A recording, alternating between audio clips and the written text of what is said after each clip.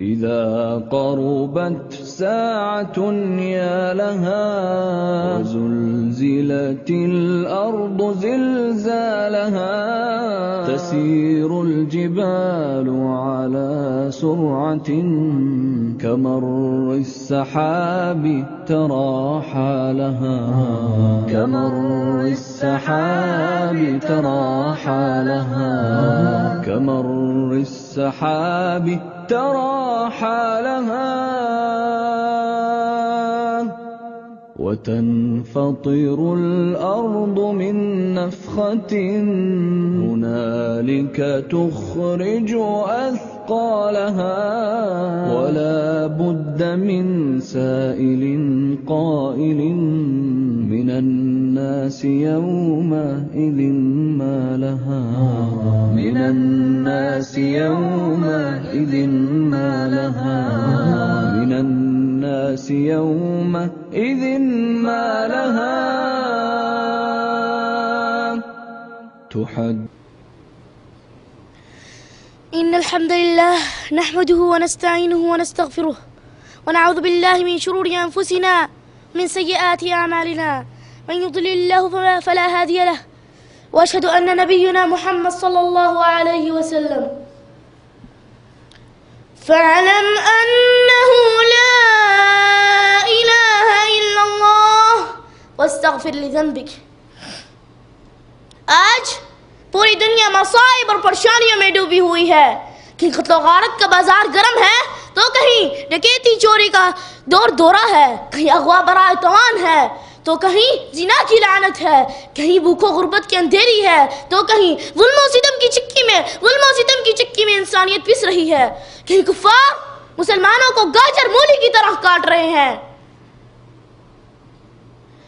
جانوروں کو مارنے پر دنیا چیخ اٹھی ہے مگر مسلمانوں بچوں کے ذبح ہونے پر چیخوں پکار کی بلند آواز کرنے والے نظر نہیں آتے.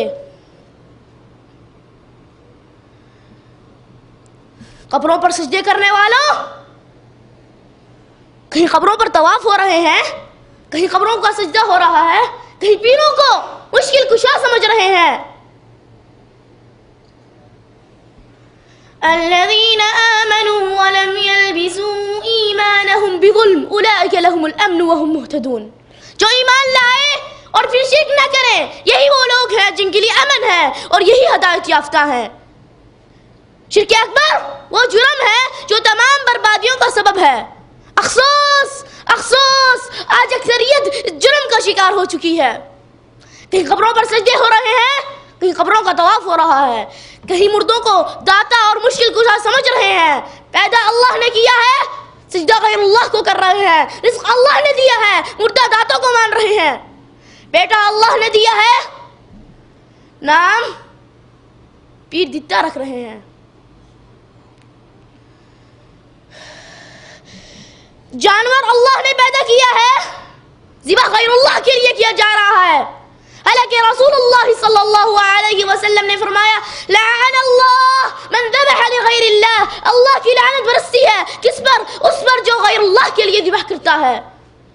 غیر اللہ کے لیے ذبح کرنے والوں سن لو, تم پر اللہ کی لعنت برس رہی ہے. لوگوں عزت چاہتے ہو, ذلت سے باہر نکلنا چاہتے ہو, آؤ قرآن تمہیں طریقہ سکھا رہا ہے. اور یہ آیت کھول کے بتا رہی ہے انتم الاعلون ان کنتم مؤمنین, تم غالب رہو گے. شرط کیا ہے؟ اگر تم مومن رہے, وگرنہ اگر حالت شرک میں موت آ گئی تو ہمیشہ کی جہنم میں جانا ہوگا. انه من يشرك بالله فقد حرم الله عليه الجنة ومأواه النار. جو اللہ کے ساتھ شرک کرتا ہے اس کے اوپر جنت حرام اور اس کا ٹھکانہ جہنم ہے. وآخر دعوانا عن الحمد لله رب العالمين. إن الحمد لله نحمده ونستعينه ونستغفره ونعوذ بالله من شرور أنفسنا ومن سيئات أعمالنا.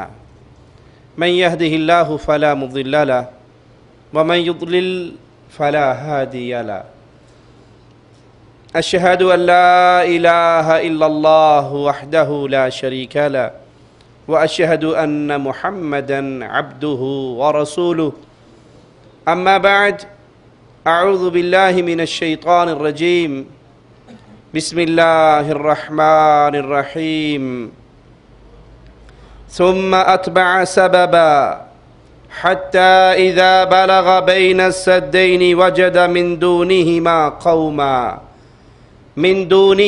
قوما لا يكادون يفقهون قولا۔ قیامت کی نشانیوں میں سے ایک بہت بڑی نشانی یاجوج اور ماجوج کا خروج ہے۔ یہ اولاد آدم میں سے انتہائی شریر قبیلے ہیں جو انسانوں میں سے ہی ہیں، اولاد آدم میں سے ہی ہیں۔ ایک نیک بادشاہ ذوالقرنین کے دور میں یہ فسادی قوم کی صورت میں ظاہر ہوئے، اپنے مکان سے نکلتے اور قرب و جوار کے اندر تباہی بربادی کا سما برپا کر دیتے۔ ان کے پڑوسیوں نے جن پر یہ حملہ آور ہوا کرتے تھے اس بادشاہ سے درخواست کی کہ ہمارے اور ان کے درمیان کوئی دیوار بنا دیجئے، کوئی آڑ بنا دیجئے جن کی وجہ سے ہم ان کے فتنوں سے محفوظ ہو جائیں۔ اس نیک بادشاہ نے ایک دیوار قائم کی جس کا ذکر اللہ کی کتاب اس کی خبر ہمیں دیتی ہے۔ مالک فرماتا ہے ثم اتبع سببا، وہ ایک راہ کے پیچھے چلا، ایک راستے پر چلا، حتی اذا بلغ بین السدین، یہاں تک کہ وہ دو دیواروں کے درمیان پہنچا، وجد من دونہما قوما لا یکادون یفقہون قولا، وہاں پر اس نے ایک قوم کو پایا جو کسی بات کو نہیں سمجھتے تھے، ان کو سمجھایا جانا بیکار تھا کہ وہ کسی بات کو نہیں سمجھتے تھے۔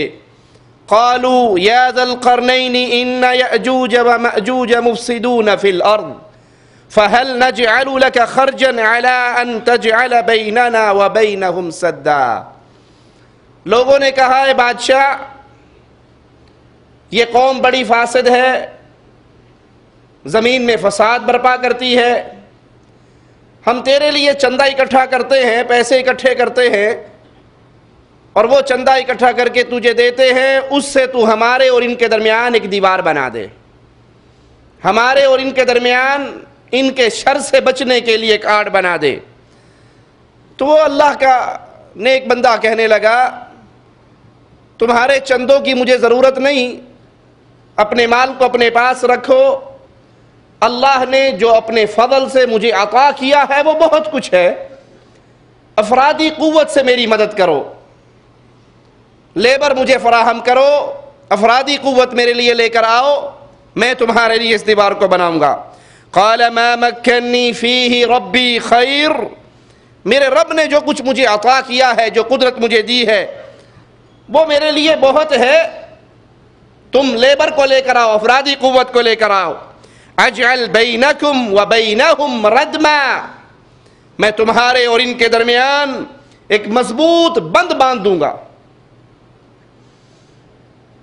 آتونی زبر الحدید، لوہے کی شیٹ لے کر آؤ، لوہے کے تختے لے کر آؤ۔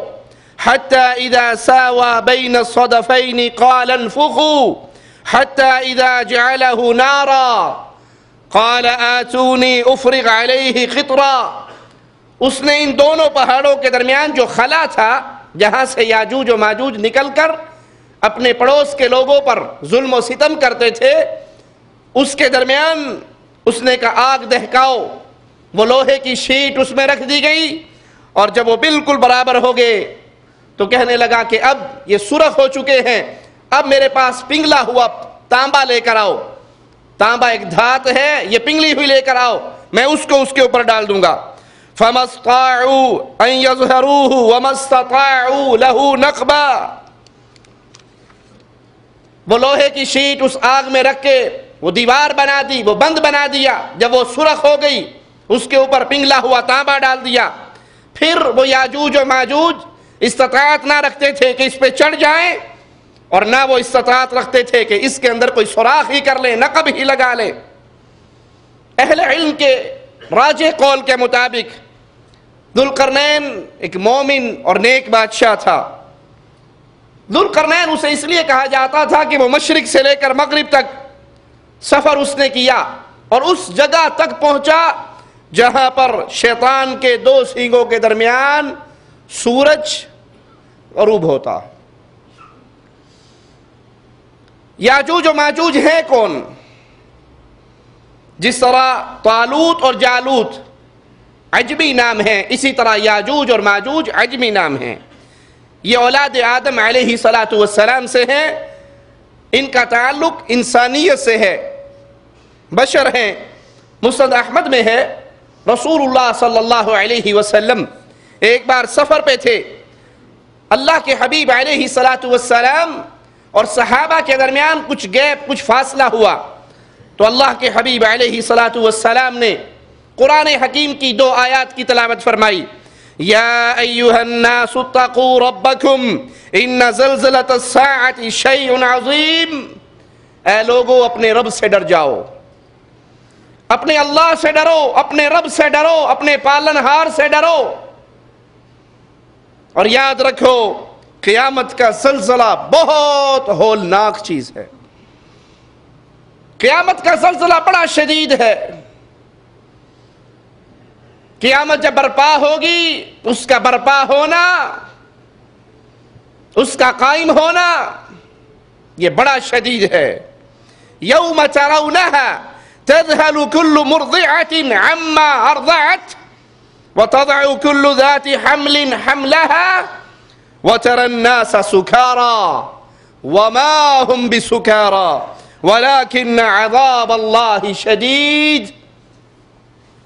اس دن تم لوگوں کو دیکھو گے، یہ حال ہوگا، ہر دودھ پلانے والی اپنے دودھ پیتے بچے سے غافل ہو جائے گی۔ اللہ نے ماں کے دل میں بڑی محبت رکھی ہے، ماں کے دل میں بڑی محبت رکھی ہے۔ جب بچہ بھوک سے بلکتا ہے، تڑپتا ہے، اس وقت ماں کو کچھ نظر نہیں آتا، وہ اپنے اس بچے کو اٹھاتی ہے اور اس کو دودھ پلاتی ہے۔